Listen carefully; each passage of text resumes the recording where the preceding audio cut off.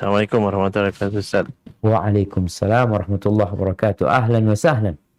Ahlan bik, assalamualaikum, Ustaz. Waalaikumsalam. Ada pertanyaan, Ustaz, dari akun Agifa Al-Ghifari. Assalamualaikum warahmatullahi wabarakatuh, Ustaz. Waalaikumsalam Semoga Allah warahmatullahi wabarakatuh. merahmati Imam Malik rahimahullah ta'ala dan menjaga Ustaz serta kaum muslimin dan muslimah hafizahullah.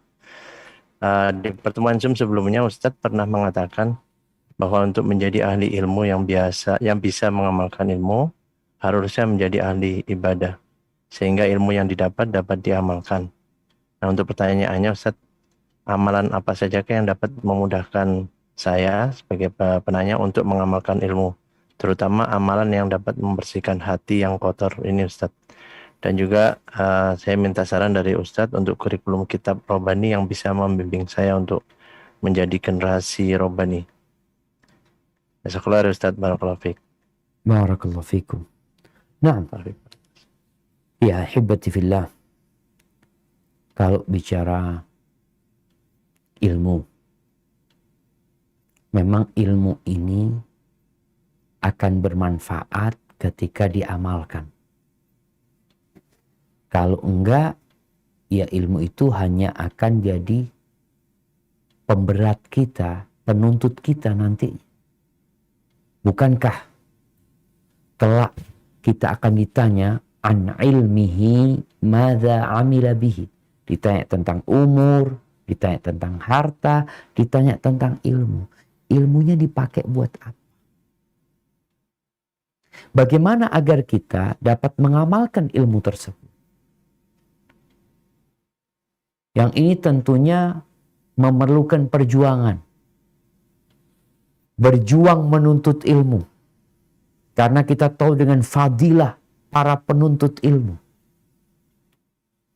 Bagaimana para ulama safar dari satu negeri ke negeri lainnya. Karena Nabi SAW mengatakan, man salaka tariqan yaltamisu fihi ilman, sahalallahu bihi tariqan ilal jannah. Barang siapa yang meniti jalan menuntut ilmu, Allah akan mudahkan jalan ke surga. Jadi dia semangat menuntut ilmu. Setelah dapat ilmu, mau dibuat apa? Diamalin.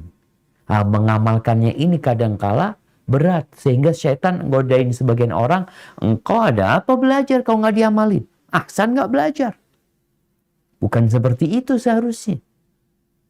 Bagaimana engkau amalkan supaya nggak jadi bala itu ilmu? Cara mengamalkannya adalah dengan segera mengamalkan.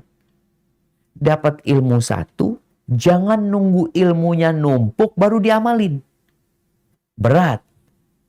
Orang itu butuh waktu, butuh pembiasaan. Jadi ketika belajar satu ilmu, umpamanya ilmu tentang zikir pagi dan petang, langsung kita amalin nih. Nanti dapat ilmu lagi tentang sholat qobliyah ba'diyah. Kita kan dapatnya nggak langsung tuh. Tentang rawatib. Amalin tuh. Nanti dapat ilmu apa lagi? Sholat witir. Amalin.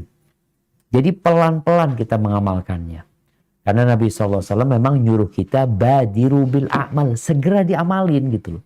Jangan cuma ya kita dengar kajian hari ini. Oh iya doang. Seperti kita dapat ilmu tuh. Imam Malik menyuruh muridnya kalau nggak tahu untuk mengatakan la adri. Jangan bermudah-mudahan berfatwa. Nah, dapat itu langsung kita amalin. Kemudian yang kedua, berdoa. Setelah kita berusaha, kita perlu berdoa. Karena memang iyyaka na'bud wa iyyaka nasta'in. Tanpa bantuan Allah, sulit kita mengamalkan. Makanya tiap hari Rasul SAW berdoa, Allahumma inni as'aluka ilman nafi'an. Tiap hari. Tiap hari beliau berdoa. Minta ilmu yang bermanfaat. Dalam hadis lain beliau berdoa, Allahumma anfa'ni bima 'allamtani. Ya Allah, jadikan aku dapat manfaat dari apa yang kau ajarkan kepadaku. Dan ajarkan kepada aku yang bermanfaat buat aku. Jadi memang bagaimana kita terus berdoa memohon kepada Allah supaya dikasih kekuatan untuk mengamalkan ilmu tersebut. Itu mungkin dua cara. Setelah kita berusaha berupaya, lalu kita mengamalkannya, kemudian kita perlu lingkungan memang jemaah. Kita kalau hidup di lingkungan orang-orang yang mengamalkan ilmu, biasanya suasana itu akan membuat kita jadi termotivasi. Contoh nih, kita nggak mau sholat ba'diyah zuhur. Kita nggak punya niat sholat ba'diyah zuhur. Ya udah habis sholat, ntar mau ketemu sahib di masjid. Bisa lihat semua orang pada sholat. Sana sholat, sahibnya juga sholat. Ngapain duduk? Kan sholat. Maka dia sholat. Bukan untuk dilihat orang, bukan. Tapi untuk memanfaatkan waktu nunggu itu dengan sholat karena melihat orang-orang semua pada sholat.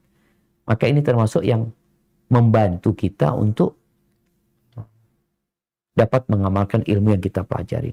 Adapun kitab apa ya yang dapat jadi rujukan buat kita, tergantung sebenarnya. Jadi ada orang-orang yang sedang mulai dari dasar. Mulai dari dasar, nasihat Ana mungkin ya baca tafsir juz amma. Pelajari tafsir juz amma. Kenapa? Karena kebanyakan surat-surat yang di juz amma ini turun di kota Mekah.